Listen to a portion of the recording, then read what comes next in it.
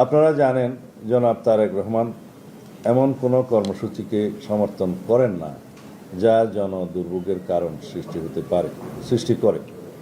তিনি ইতিমধ্যে তার স্বদেশ প্রত্যাবর্তনের দিনে লন্ডন হিথ্রো বিমানবন্দরে প্রবাসী নেতা কর্মী সমর্থকদের উপস্থিত হতে নিষেধ করেছেন। বাংলাদেশেও আমাদের কোনো কর্মসূচি যেন জনদুর্ভোগের কারণ না সৃষ্টি করে। আমরা তার নির্দেশনা পালনের আন্তরিক শত চেষ্টা সত্ত্বেও সেটা হয়তো 100% প্রতিপালন করতে পারিনি।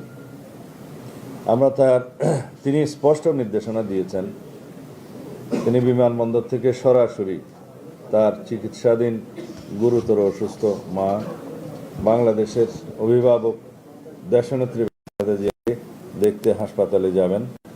যেতে চান তার পিতা মহান স্বাধীনতার ঘোষক শহীদ জিয়ার মাজার জিয়ারতে, যেতে চান ভাইয়ের কবরের পাশে।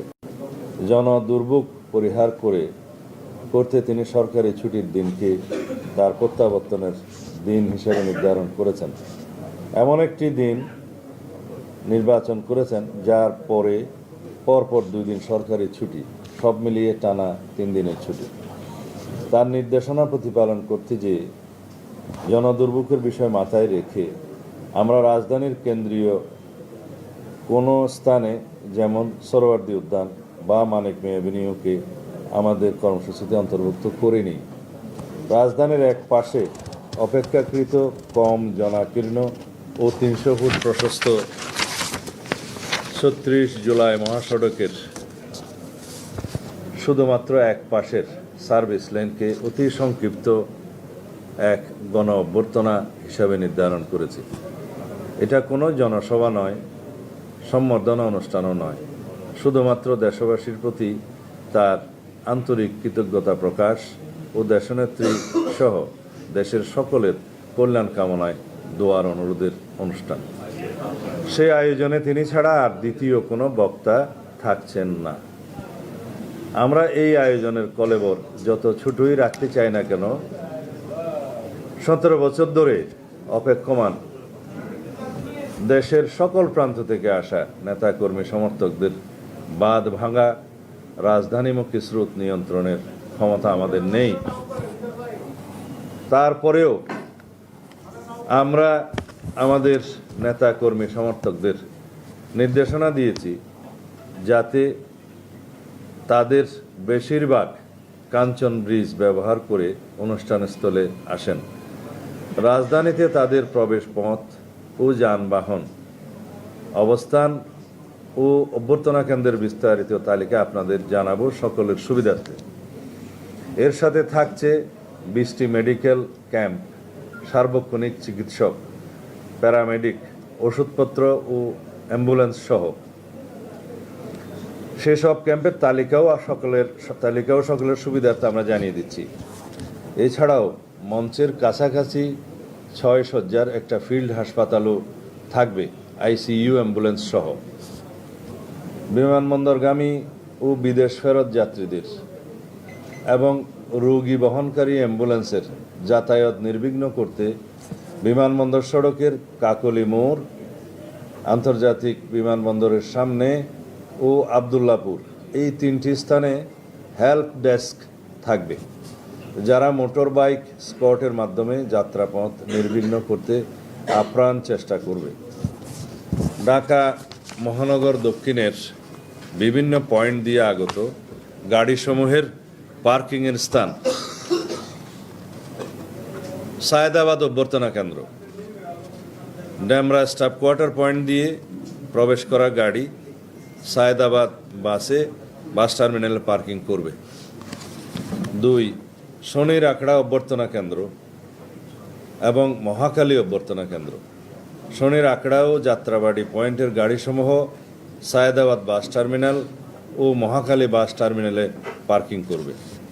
3, বাবুবাজার অভ্যর্থনা কেন্দ্র, বাবুবাজার ব্রিজের নিচে, নয়াবাজার বাবুবাজার ব্রিজ পয়েন্টের গাড়িসমূহ ফুলবাড়িয়া গুলিস্তান বাস টার্মিনাল ও মহাখালী বাস টার্মিনালে পার্কিং করবে। 4, পোস্তগোলা ব্রিজের উপরে অভ্যর্থনা কেন্দ্র, দোলাইপাড় মোড় অভ্যর্থনা কেন্দ্র, কমলাপুর রেল স্টেশন অভ্যর্থনা কেন্দ্র, সদরঘাট লঞ্চ টার্মিনাল অভ্যর্থনা কেন্দ্র। এখানে আমাদের সেই অভ্যর্থনা কেন্দ্রগুলো ইতিমধ্যে আমরা ব্যবস্থা নিয়েছি। সেখানে মেডিকেল টিম সহ অভ্যর্থনা কেন্দ্রে আমাদের স্বেচ্ছাসেবক সবাই প্রয়োজনীয় ব্যবস্থা নেবে এবং তাদেরকে দিক নির্দেশনা দেবে। ঢাকা মহানগর উত্তরের বিভিন্ন পয়েন্ট দিয়ে আগত গাড়িসমূহের পার্কিংয়ের স্থান: 1. আবদুল্লাহপুর অভ্যর্থনা কেন্দ্র, টঙ্গী আবদুল্লাহপুর এন্ট্রি পয়েন্টের গাড়ি পার্কিং বিশ্ব ইস্তেমার মাঠ, তোরাগ মাঠ। 2. নীলা মার্কেট অভ্যর্থনা কেন্দ্র, কাঞ্চন ব্রিজ 300 ফিট হয়ে এন্ট্রি পয়েন্টের গাড়ি বাণিজ্য মেলার মাঠে পার্কিং করবে অথবা নীলা মার্কেটে গাড়ি পার্কিংয়ের ব্যবস্থা আছে সেখানে করবে। যে দুই জায়গাতে সম্ভব হয় সেই দুই জায়গায় অভ্যর্থনা কেন্দ্র এবং গাড়ি পার্কিংয়ের ব্যবস্থা থাকবে মেডিকেল টিম সহ। দিয়াবাড়ি অভ্যর্থনা কেন্দ্র, গাবতলী এন্ট্রি পয়েন্টের গাড়ি বেড়িবাঁধ হয়ে উত্তরা দিয়াবাড়ি গরুরহাট 17 নম্বর সেক্টরে পার্কিং করবে।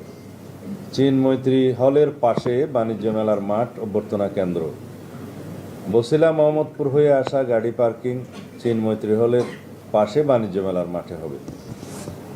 মহাখালী বাস টার্মিনাল অভ্যর্থনা কেন্দ্র, বিমানবন্দর রেল স্টেশন অভ্যর্থনা কেন্দ্র। এগুলো আমাদের অভ্যর্থনা কেন্দ্র, গাড়ি পার্কিং এবং মেডিকেল সার্ভিসের সুবিধা সহ এই তালিকাটা আপনাদের সামনে প্রদান করলাম।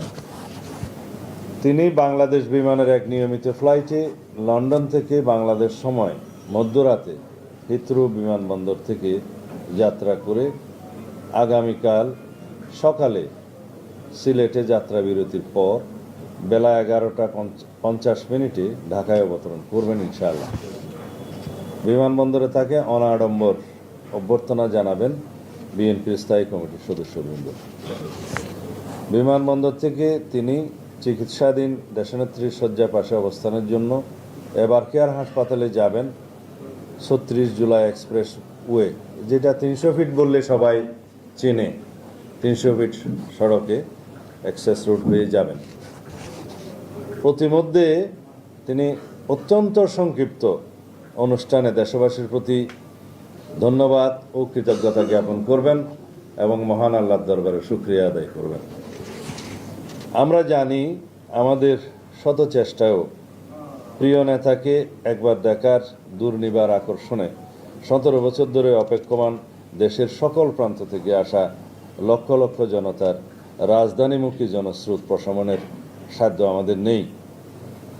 আমরা নিশ্চিত ইনশাআল্লাহ আগামীকাল বাংলাদেশ তার ইতিহাসের বৃহত্তম জনসমাবেশ সাক্ষী হতে চলছে। সেই ইতিহাস দৃষ্টান্ত হয়ে থাকবে। এই সুবিশাল আয়োজন নিশ্চিদ্র বা ত্রুটিহীন করা আমাদের এই ক্ষুদ্র কমিটি এমনকি বৃহৎ দলের পক্ষেও সম্ভব নয়। তারপরেও আমাদের স্বনির্বন্ধ অনুরোধ থাকবে স্বতঃস্ফূর্ত নেতা কর্মী সমর্থক ও শুভানুধ্যায়ীদের প্রতি আপনারা সর্বোচ্চ ধৈর্য ও শৃঙ্খলার পরিচয় দিতে প্রমাণ করুন আপনারা আমাদের প্রিয় নেতাকে কতটা গভীর ভালোবাসায় অভিষিক্ত করতে সক্ষম। এই বিশাল আয়োজনে আমাদের মিডিয়া সতীর্থ হিসেবে আপনারা এই যাবৎ যে সহযোগিতা প্রমাণ রেখেছেন সেই জন্য জানাই গভীর কৃতজ্ঞতা এবং আগামীতে সেটা অব্যাহত রাখার অনুরোধ জানাই। আমাদের শত চেষ্টা সত্ত্বেও এই আয়োজনে যতটুকু জনদুর্ভোগ হবে সেই জন্য আমরা আন্তরিকভাবে জাতির কাছে সকলের কাছে আগাম দুঃখ প্রকাশ করছি ও ক্ষমা প্রার্থনা করছি। আমাদের স্বাধীনতা ও সার্বভৌমত্বের প্রতীক জনাব তারেক রহমান ও জিয়া পরিবারের এই স্বদেশ প্রত্যাবর্তন সকলের সহযোগিতায় এক অনন্য দৃষ্টান্ত হয়ে থাকবে এই শুভকামনা প্রত্যাশায়। আল্লাহ হাফেজ। বাংলাদেশ জিন্দাবাদ। একটা প্রশ্ন ছিল, সেটা হচ্ছে যে আপনি বলছিলেন যে তারেক রহমান আসবেন, আসার পরে এবার তার মাকে দেখতে যাবেন অসুস্থ মাকে, তারপরে তিনি এর আগে অভ্যর্থনা তারপরে তার বাবার কবরে যাওয়ার ইচ্ছা আছে। সেদিনই যাবে মানে কালকে যাবে না পরদিন যাবে? না, খুব ভালো প্রশ্ন করেছেন। আমাদের এটা আগে বলে নেই, আমাদের প্রথম দিনের অনুষ্ঠান বিমানবন্দর থেকে 300 ফিট রাস্তার অভ্যর্থনাস্থল, সেখান থেকে দেশনেত্রী বেগম খালেদা জিয়াকে দেখতে যাওয়া এবার কেয়ার হাসপাতাল, এবার কেয়ার হাসপাতাল থেকে তিনি সরাসরি বাসভবনে চলে আসবেন। তখন বিমানবন্দর সড়ক হয়ে কাকলের মোড় হয়ে গুলশান 2 নম্বর হয়ে তিনি বাসভবনে চলে আসবেন। সেদিন আর অন্য কোনো অনুষ্ঠান হবে না। বাকি অনুষ্ঠান আপনারা জানতে পারবেন। আমি আগাম শুধু 26 তারিখের অনুষ্ঠানটা আপনাদের সামনে বলতে পারি। 25 বলে ফেলেছি, 26 তারিখ। 26 তারিখ শুক্রবার বাদ জুম্মা তিনি বাসভবন থেকে রওনা হয়ে প্রথমে শহীদ জিয়ার মাজার জিয়ারত করবেন এবং সেখান থেকে জাতীয় স্মৃতিসৌধে তিনি শ্রদ্ধা জ্ঞাপন করতে যাবেন। এটা 26 তারিখ। 27 তারিখের প্রোগ্রাম আপনারা পরে জানবেন। সেদিন অন্যান্য অনুষ্ঠানের মধ্যে আমি শুধু আপনাদেরকে আগাম টাইমিং ছাড়া এখন বলতে পারি যে আমাদের সেদিনের অনুষ্ঠানের মধ্যে 27 তারিখে তিনি এনআইডি কার্ড এবং ভোটার হওয়ার সমস্ত কাজগুলো সেদিন করবেন। এরপরে শহীদ উসমান হাদির কবর জিয়ারত করবেন এবং যাওয়ার পথে তিনি পঙ্গু হাসপাতালে জুলাই অভ্যুত্থানের যে কর্মসূচি, পঙ্গু হাসপাতালে যাওয়া, তাদেরকে দেখতে যাওয়া সেটা, এবং এরপর আরেকটি অনুষ্ঠান হবে, সেটা এখনো আমরা বিস্তারিত ঠিক করি না, আপনাদেরকে যথাসময়ে জানাবো। শুক্রবারে স্মৃতিসৌধে যাচ্ছেন না, শুক্রবার আপনি মাজারে নেবেন, তারপর হাদির স্মৃতিসৌধ পরে আপনাদের সাথে কথা বলে, স্মৃতিসৌধের কথা পরে আপনার সাথে কথা বলে জানাবেন। না, স্মৃতিসৌধটা তো কতদিনের প্রথম দিন শুধু মাজার এবং স্মৃতিসৌধ 26 তারিখ। 26 তারিখে বাদ জুম্মা তিনি বাসভবন থেকে রওনা দিয়ে প্রথমে শহীদ জিয়ার মাজার এবং সেখান থেকে জাতীয় স্মৃতিসৌধ শ্রদ্ধা জ্ঞাপন, এইটুক 26 তারিখের অনুষ্ঠান। আস্তে একজন করে সেটা আপনাদেরকে জানানো হবে আগে যথাসময়ে। আমি 25-এর অনুষ্ঠান বললাম, 26 তারিখেরটা বলে দিলাম। তারপরের অনুষ্ঠানগুলো আপনারা শুধু জানেন যে 27 তারিখ তিনি এনআইডি কার্ড করবেন, ভোটার করবেন, সেদিন ঈশ্বর সময়, সেটা আপনারা যথাসময়ে টাইম অ্যান্ড প্লেস জানতে পারবেন।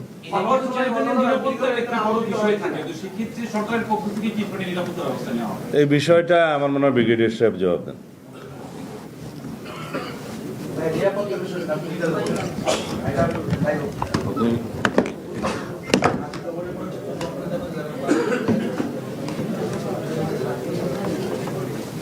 নিরাপত্তা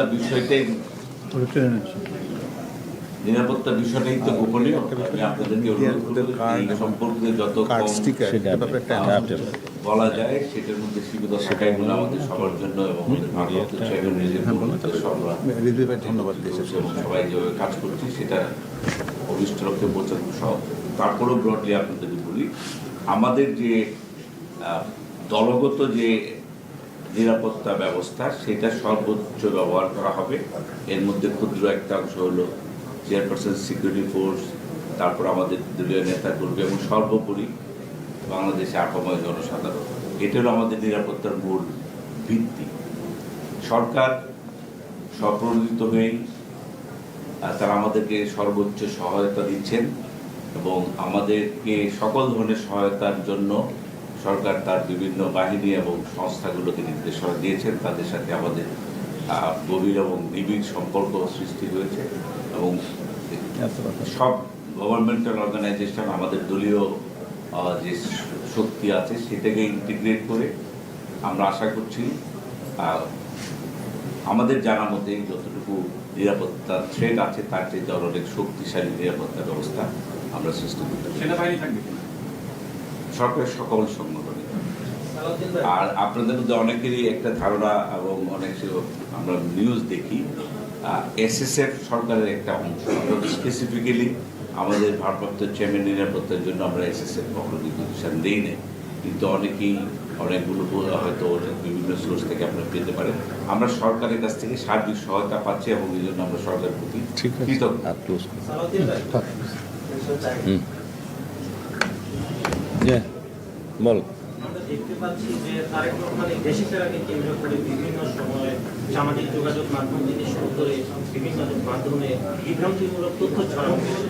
বর্তমানে এটা বন্ধ রয়েছে, এই বিষয়টি কি বলবেন? যারা অপতথ্য ছড়াচ্ছে সেটা তাদের ভিন্ন উদ্দেশ্য আছে, কিন্তু মানুষ সেগুলো বিশ্বাস করে না। সুতরাং এই বিষয়ে আমরা এগুলো আমলে নিচ্ছি না।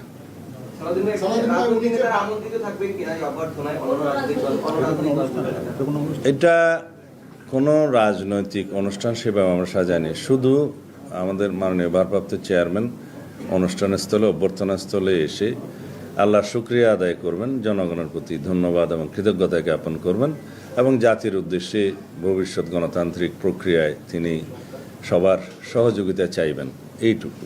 ওখান থেকে না। ভোটার সংক্রান্ত যে কাজগুলো সম্পূর্ণ করবেন সেটি উনি সশরীরে উপস্থিত সেটা আপনারা জানতে পারবেন অনুষ্ঠান। সালাউদ্দিন ভাই, একটা উনি যে বাসভবনে উঠবেন সেখানকার নিরাপত্তা প্রস্তুতি সম্পর্কে কি বলবেন? এগুলো তো বলেছেন ব্রিগেডিয়ার সাহেব, সার্বিক প্রস্তুতি নেওয়া হয়েছে। মিডিয়া সংক্রান্ত কিছু বক্তব্য আছে, আপনারা প্রশ্ন করলে ভালো হতো। তারপরে আমি ডক্টর পাবেলকে বলবো যে মিডিয়া কর্মীদের জন্য কি ব্যবস্থা আছে সেটা উনি বলুন। জি, ধন্যবাদ। আমার মনে হয় যে মিডিয়া কর্মীদের ব্যাপারে আমাদের এই কমিটির আহ্বায়ক জনাব সালাউদ্দিন সাহেব যতটা বিস্তারিত বলেছেন, প্রথমত তিনি আপনাদেরকে ধন্যবাদ এবং কৃতজ্ঞতা জানিয়েছেন সহযোগিতার জন্য। আমরা আশা করব যে আগামীতেও আপনাদের এই সহযোগিতাটা অব্যাহত থাকবে। আপনারা জানেন যে এটা বিশাল একটা আয়োজনের অনুষ্ঠান, এ সম্পর্কে আমাদের পূর্ব অভিজ্ঞতা কেন, দেশের কারোরই এটা নিয়ে কোনো পূর্ব অভিজ্ঞতা নেই।